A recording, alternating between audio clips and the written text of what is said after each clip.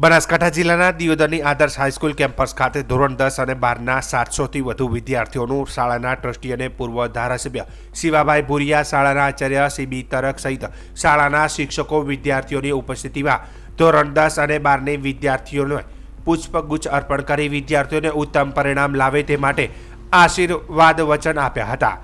શાળાના આચાર્ય શ્રી તરક તરફથી પ્રથમ વખત ધોરણ 10ની બોર્ડની પરીક્ષા આપતા વિદ્યાર્થીઓને તણાવ મુક્ત રહીને પરીક્ષાઓ આપી બેસ્ટ ઓફ લક સાથે આશીર્વાદ આપ્યા હતા। અને આ પ્રસંગે મુખ્ય મહેમાન તરીકે કાંકરેજ તાલુકાના આઈટીઆઈ કોલેજના પ્રિન્સિપાલ એમ.એન. પટેલ ઉપસ્થિત રહી ધોરણ 10 અને 12 વિદ્યાર્થીઓને મોટિવેશન દ્વારા આવનારા સમયમાં ખૂબ જ સરસ રીતે ધોરણ 10 અને 12ની બોર્ડની પરીક્ષાઓમાં ખૂબ સફળ થાવ તે માટે ખૂબ સરસ વિદ્યાર્થીઓને પ્રોત્સાહિત કર્યા હતા અને આવનારા સમયમાં તેમની બોર્ડની પરીક્ષા ખૂબ જ સફળ રહે તે માટે માર્ગદર્શન પૂરું પાડ્યું હતું।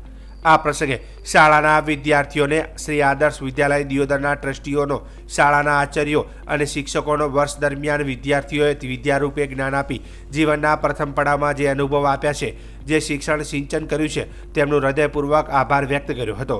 આ પ્રસંગે શાળાના શિક્ષકો, વિદ્યાર્થીઓ અને વાલીઓ મોટી સંખ્યામાં ઉપસ્થિત રહીને કાર્યક્રમને સફળ બનાવવાના પ્રયત્નો કર્યા હતા। આજે અમારી શાળા શ્રી આદર્શ હાઈસ્કૂલ દિયોદર ખાતે વિદાય સમારંભ યોજાયો હતો।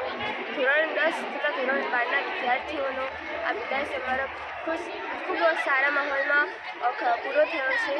ધોરણ 10 અને 12ના વિદ્યાર્થીઓને અમે આગળના અભ્યાસ માટે, ભવિષ્યને સારું બનાવવા માટે અને સાર્થક બનાવવા માટે આગળ અભ્યાસ માટે જવાનું છે, તે માટે આ શાળાથી વિદાય લેવાની છે।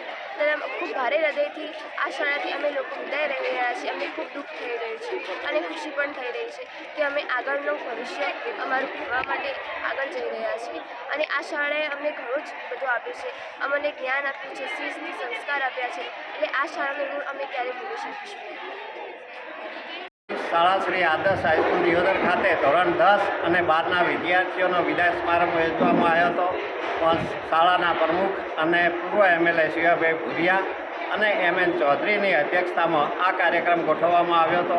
બાળકો ખૂબ સારા સંસ્કારો લઈ અને ઉચ્ચ કારકિર્દી માટે બીજે ભણવા જાય, ત્યાં આદર્શનું નામ રોશન કરે એવી શાળા પરિવાર વતી એમને ખૂબ ખૂબ શુભેચ્છાઓ।